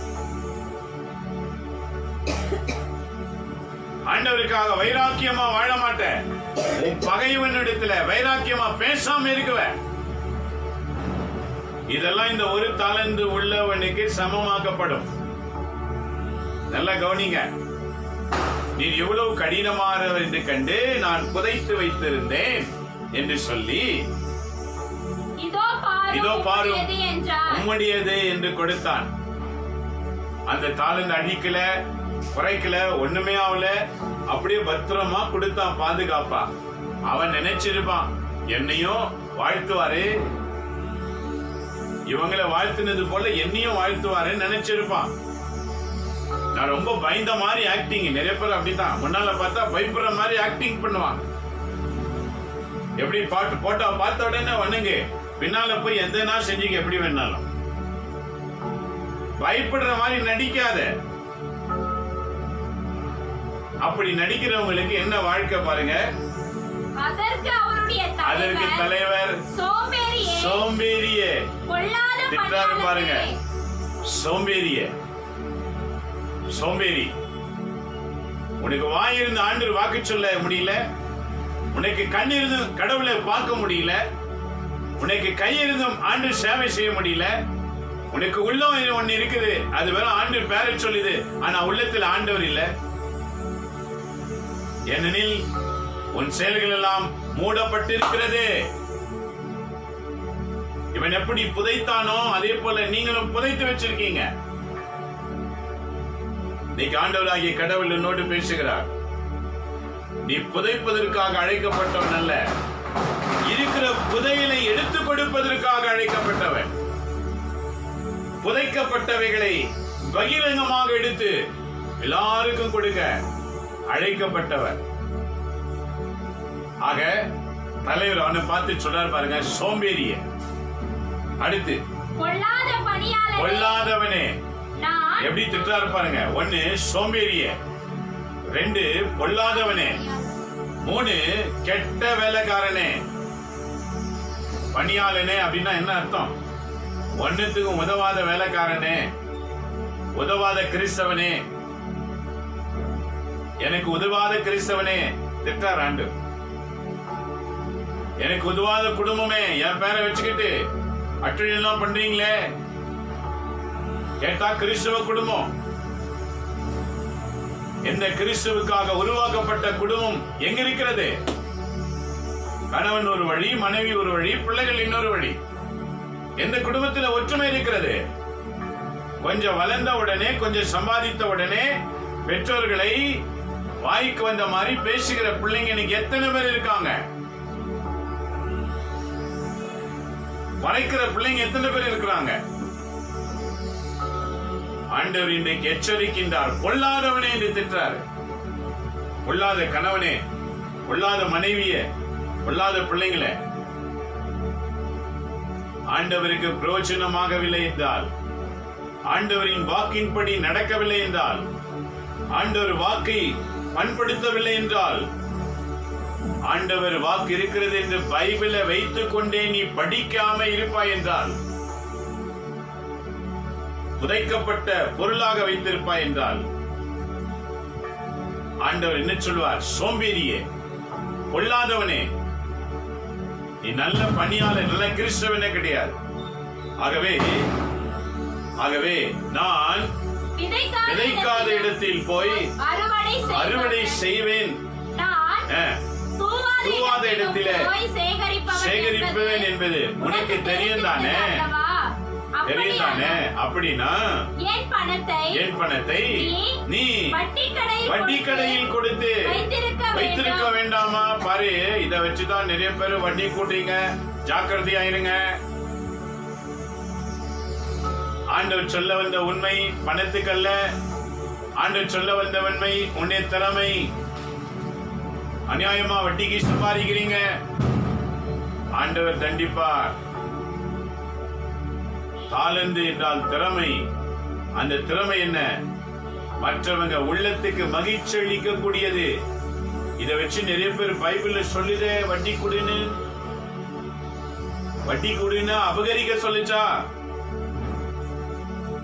நாம் அபகரிக்க கூடாது. மற்றவர்களுக்கு உதவி செய்ய ஆண்டவர் சொன்னார். அபகரிக்காதே, அநியாயமாய் சம்பாதிக்காதே. 10, 20 வட்டின்னு சம்பாதித்து மக்களை சுரண்டுகிற ஜனங்க உலகத்தில நிரம்பி விட்டார்கள். இதை கட்ட முடியாமல் இறந்தவர்கள் எத்தனையோ பேர் ஒவ்வொரு நாளும் பேப்பர் செய்தியில வருகிற. இவங்களுக்கெல்லாம் ஆண்டவர் என்ன தண்டனை சொல்றார் பாருங்க. அடுத்த வசனம் பாருங்க, 28வது வாக்கியம். எனவே எடுத்து எந்த தாளந்து? ஒன்று பெற்றவனுக்கு தாளந்த பிடுங்கி 10 தாளந்து உள்ளவங்கிட்ட கொடுங்க. ஏனெனில் உள்ளவனுக்கு கொடுக்கப்படும், அவர்கள் இன்னும் நிறைவாயிருப்பாங்க. இல்லாதவனிடத்துல இருக்கிறதையும் பிடுங்கப்படும். உன் குரல் ஆண்டவருக்கு பயனில்லை என்றால் குடி சீக்கிரத்தில் உன் தொண்டைக்கு நோய் வரும். உன்னுடைய நாவும் உன்னுடைய உதடுகளும் ஆண்டவர் வாக்கை வசனிக்கவில்லை என்றால் அதி சீக்கிரத்தில் உன் நாவும் உன் உதடும் ஆண்டவருக்கு பயன்படாமல் போய்விடும். ஆண்டவர் பிடிக்கிடுவார். அழகா சொல்றார் பாருங்க. அந்த ஒரு தாளிலிருந்து உள்ளவனிடத்துல பிடுங்குங்க, அதை எடுத்து 10 உள்ளவன்கிட்ட கொடுங்க. அவன் ஏன்னா திறமைசாலி. அவன் நண்பரே, மக்களே, சோம்பேறிகளை ஆண்டவருக்கு பிடிக்காது. ஒரு கிறிஸ்தவனாய் கிறிஸ்துவுக்கு பயன்படவில்லை என்றால் அவனை ஆண்டவருக்கு பிடிக்காது. அவனுடைய நிலை என்ன ஆகும் பாருங்க. வாசிக்கிறோம். பயனற்ற இந்த பணியாளை புறம்பேயுள்ள இருளில் தள்ளுங்கள். பாருங்க, புறம்பே உள்ள என்ன அர்த்தம்? எல்லா ஜனங்களுக்கு தூரமா, அனாதியா. இன்னைக்கு எல்லாரும் இருந்தும் நிறைய பேர் அனாதியா இருக்கிறாங்க. எல்லாரும் இருப்பாங்க, அல்லது ஒரே வீட்டில இருப்பாங்க, அனாதி மாதிரி இருப்பாங்க. புறம்பே என்ற வார்த்தையின் பொருள் என்ன? அவர்களுக்கு உறவுகள் இல்லாமல், சொந்தம் இல்லாமல், உதவி இல்லாமல் தனிமையாக்கப்படுவது, தள்ளப்படுவது. இன்னைக்கு நிறைய பேர் வீட்டுல அப்படித்தான் இருக்காங்க. ஏன்? குணம் சரியில்லை, வாயில இருந்த வார்த்தை சரியில்லை, அவங்களை யாருக்கும் பிடிக்காது, ஒதுக்கி வச்சிருப்பாங்க. ஆண்டவர் சொல்லுகிறார், ஏன் தெரியுமா? ஆண்டவருக்கு பயந்து அவர் வழிகளில் நடக்காம இருக்கிறதுனாலதான். ஆகவே அவனை புறம்பே தள்ளி எந்த இடத்துல தள்ளுங்க? இருள் சூழ்ந்த இடத்துல தள்ளுங்க. இருள்னா எப்படி இருக்கும்? நீங்க சிட்டில இருக்கிற வரைக்கும் இருள்னா என்னன்னு உங்களுக்கு தெரியாது. அதே கிராமத்துக்கு சென்று பாருங்க, அங்க இருளை பார்க்கலாம், அடர்ந்த இருள். அந்த அடைந்த இருள் எப்படி? பக்கத்துல நிக்கிறவங்க கூட தெரிய மாட்டாங்க, அந்த மாதிரி ஒரு இருள். அதுதான் இது. இருளில் தள்ளுங்க. அங்கே அங்க என்ன இருக்கும் பாரு, அழுக இருந்துகிட்டே இருக்கும். அடுத்து அங்கலாய்ப்புனா என்ன அர்த்தம்? அப்படியே அலையுது, எங்க அழுகுறாங்கன்னு தெரியாது, ஆனா அழுகுற குரல் மட்டும் கேட்கும். இன்னைக்கு நம்ம வீட்டுல பாருங்க, பிள்ளைங்களை அடிச்சிடுவோம். அந்த பிள்ளைங்க வந்து சும்மான அப்படின்னு பண்ணினே இருக்கும்போது பெரியவங்களுக்கு எப்படி இருக்க சொல்லுங்க? ஒரு மாதிரி இரிட்டேட் ஆகும், இன்னும் அடிக்க தோணும். இந்த மாதிரி அந்த இருள்ல எப்படி இருக்குமா பாருங்க, அழுகுரல் நிறைய இருக்கும், அங்கங்க அழுகுரல். ஆனா எங்க அழுகுறாங்கன்னே தெரியாது, காதை பிச்சுக்கிட்டு போற மாதிரி இருக்கும் அழுகை. அங்கலாய்ப்புனா என்ன அர்த்தம்? அலையுவாங்க, எங்க எங்க தெரியாது, எங்கன்னே தெரியாது. அங்கலாய்ப்பும் அடுத்து இருக்கும் என்று அவர் கூறினார். ஆமா, தண்டனை பாத்தீங்களா? இதை கேட்டுக்கொண்டிருக்கிற அன்பு கிறிஸ்தவர்களே, இதுதான் திருப்பலி வாசகத்தின் தியானம். இவ்வளவு விஷயத்தை திருப்பலியில் சொல்ல முடியாது. ஆகவேதான் இந்த மாதிரி தியானத்தை நடத்துகிறோம். இருக்கிற உள் ரகசியத்தை அறிந்து கொள்ள வேண்டும். நீ தாளந்து கிடைத்தும் பயன்படவில்லை என்றால் அதுவும் கிறிஸ்துவுக்கு. நீ யாருக்குன்னா பயன்படலாம், நீ எதுக்குன்னா பயன்படலாம், அது கிறிஸ்துவுக்கு பயன்படணும். உன்னுடைய தாளந்து நன்மை செய்வதற்கு இருக்கும் என்றால் உனக்கு உயர்வு கிடைக்கும். உன் தாளந்து தீமை செய்வதற்கு உறுதுணையா இருக்கும் என்றால் ஆண்டவர் எரி நரகத்திற்கு தள்ள காத்துக் கொண்டிருக்கின்றார். ஒரு கிறிஸ்தவன் நன்மையை சொல்லவும் நன்மையை செய்யவும் மட்டுமே அழைக்கப்பட்டிருக்கின்றான். உன் வாழ்க்கையில் இருந்து நன்மை வெளிப்படவில்லை என்றால், நல்லது வெளிப்படவில்லை என்றால், இறந்த பிறகு எரி நரகம் காத்திருக்கிறது என்று நீயே தீர்மானம் பண்ணிக்கணும். ஆகவேதான் எப்படி வாழணும், நான் எப்படி வாழணும். இன்னைக்கு 2வது வாசகம் பதில் சொல்லு. 2ஆம் வாசகம் வாசிக்கும் போது அப்போஸ்தலனாகிய பவுல் தெசலோனிக்கேயருக்கு எழுதும் போது, முதல் புத்தகம் 1 தெசலோனிக்கேயர் 5ஆம் அதிகாரத்திலே 1 - 6 வரைக்கும் வசனம். ஆனா நீங்க 4 வாசிப்போம். ஆனால் அன்பர்களே நீங்க இருளில் நடப்பவர்கள் அல்ல, இருளுக்காக உண்டாக்கப்பட்டவங்க கிடையாது. அழுகையும் அங்கலாய்ப்பும் இடத்துக்கு தள்ளப்பட்டவங்க கிடையாது. பால் சொல்றாரு, நீங்க அதற்காக உருவாக்கப்படவில்லை.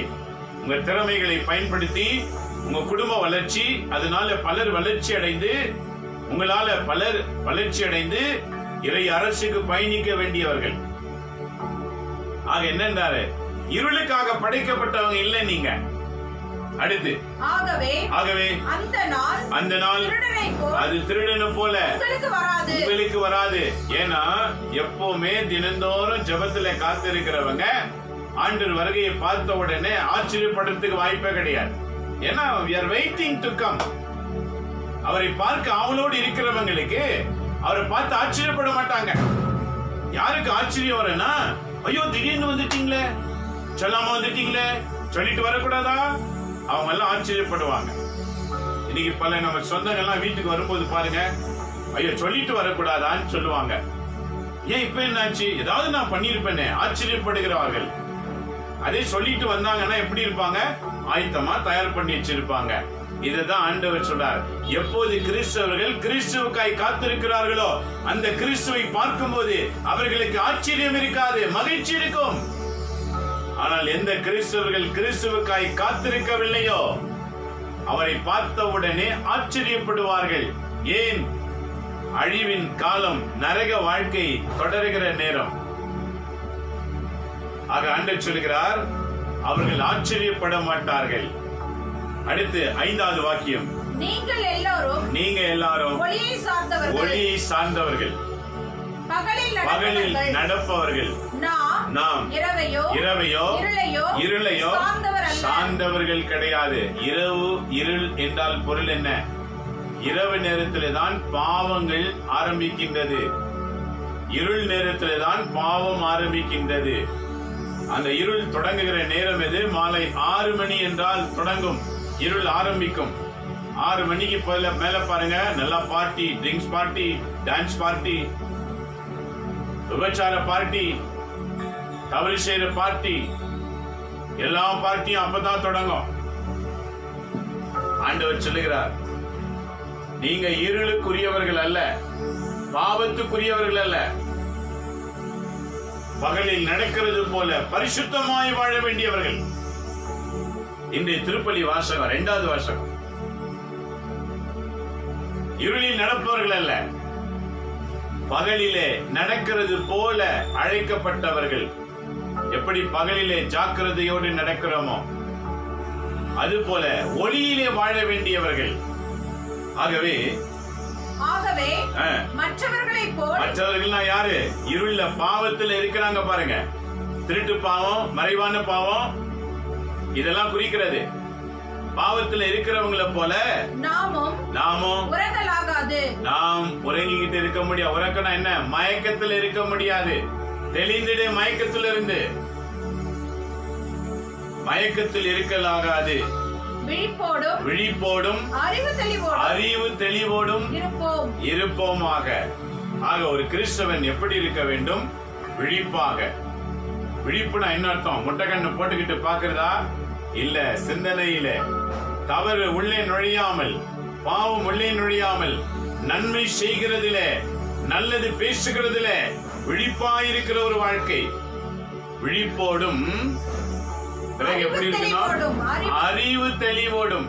தான் பேசுவது, தான் செய்வது, தான் நடந்து கொள்வது சரியா என்று கவனித்து கவனித்து செயல்படுவது. தவறை திருத்திவிட்டு நல்லது மட்டுமே செய்து காட்டுவது.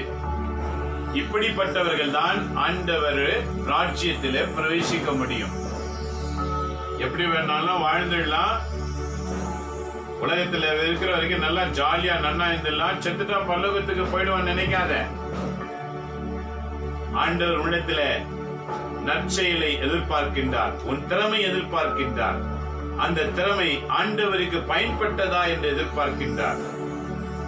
உலகத்துக்கு பயன்படுத்துகிற திறமைசாலிகளே, இனிமேல் ஆண்டவருக்கு பயன்படுங்க, நன்மை செய்ய பயன்படுங்க. இதை கேட்கிறவங்க நீங்க எந்த இனத்தை சார்ந்தவர்களா இருக்கலாம், எந்த மொழி வேணாலும் பேசலாம். நல்லது செய்வதே குணம், நல்லது பேசுவதே குணம். இந்த ரெண்டு உனக்குள்ள இருந்தால் போதும், இயேசு உன் உள்ளத்துல வந்து உன்னை உயர்த்த ஆரம்பித்து விடுவார். ஆகவே இந்த தியானத்திலே நாம் அனைவரும் நம்மை சமர்ப்பணிப்போம். இறைவாக்குக்கு ஏற்றவாறு நம்மை மாற்றிக்கொள்வோம். திறமை அற்றவர்களாய் இருக்காதீர்கள், நரகம் காத்திருக்கும். திறமை உள்ளவர்களாய் மாற்றிக்கொள்ளுங்கள். அந்த திறமையை உயர்த்தும்படி தூய ஆவி இருக்கின்றார். நாம் தூய்மையாய் வாழும்போது தூய ஆவி உள்ளே வருவார், உங்களை ஆண்டவர் உயர்த்துவார். இதுக்கு படிப்பறிவு தேவையில்லை, எந்த அறிவும் தேவையில்லை. பாவத்தை விட்டு விலகுகிற அறிவு மட்டும் போதும், தவறை விட்டு விலகுகிற அறிவு போதும். இதுக்கு எந்த எஜுகேஷனும் தேவையில்லை. யார் எல்லாருக்கும் நல்லது செய்து எல்லாருக்கும் நன்மையான வார்த்தைகளை சொல்லி வாழதான் இறைவன் நம்மை அழைத்திருக்கின்றார்.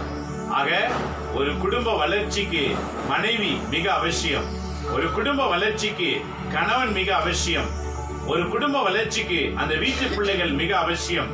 இதுதான் நமக்கு கொடுக்கப்பட்ட தாளந்துகள். ஆகவே இன்றைய இந்த 4 வாசகங்களை உள்ளத்தில் நிறுத்தி இதற்கேற்றவாறு நம்ம குடும்ப வாழ்க்கையை தொடருவோம். இறைவன் நம்மையும் காத்து நம் வழியாக அநேக குடும்பங்களை காப்பாராக. ஜெபிப்போம். எங்களை நேசிக்கிற எங்க அன்புள்ள தகப்பனே, இந்த வேலைக்காக உம்மை போற்றுகிறோம். இவ்வளவு நேரமாய் உம்முடைய வாக்குகளை கேட்டுக்கொண்டிருக்கிற உமது பிள்ளைகளை ஆசீர்வதிப்பீராக. ஆசீர்வதியும் ஆண்டவரே. உள்ளாத தீய சக்திகள் குடும்ப வாழ்வில் இருந்து, உள்ளத்திலிருந்து அவைகள் விரட்டப்படுவதாக. ஒவ்வொருடைய திறமைகளை பயன்படுத்திக் கொண்டிருக்கிற பிசாசே, இயேசுவின் நாமத்தினாலே விலகி போயிட்டு கட்டளையிடுகிறேன். ஒவ்வொரு மனிதனுடைய திறமைகளை பரிசுத்த ஆவியானவர் பயன்படுத்துவீராக. தகப்பனே, உம்மை போல அல்லவா உமது பிள்ளைகளை நீர் படைத்தீர். உம்மை போல் படைக்கப்பட்ட மனித இனத்தை தீ ஆவி பயன்படுத்தி திறமைகளை கெடுத்துக் கொண்டிருக்கின்றன. இன்னைக்கு ஜெபிக்கிற ஆண்டவரே, இயேசுவின் பெயரால் எல்லா அசுத்த ஆவி இருளிகள் அகன்று போவதாக. திறமைகளை பயன்படுத்துகிற பரிசுத்த ஆவியினால் ஒவ்வொருவரையும் நிரப்பும்.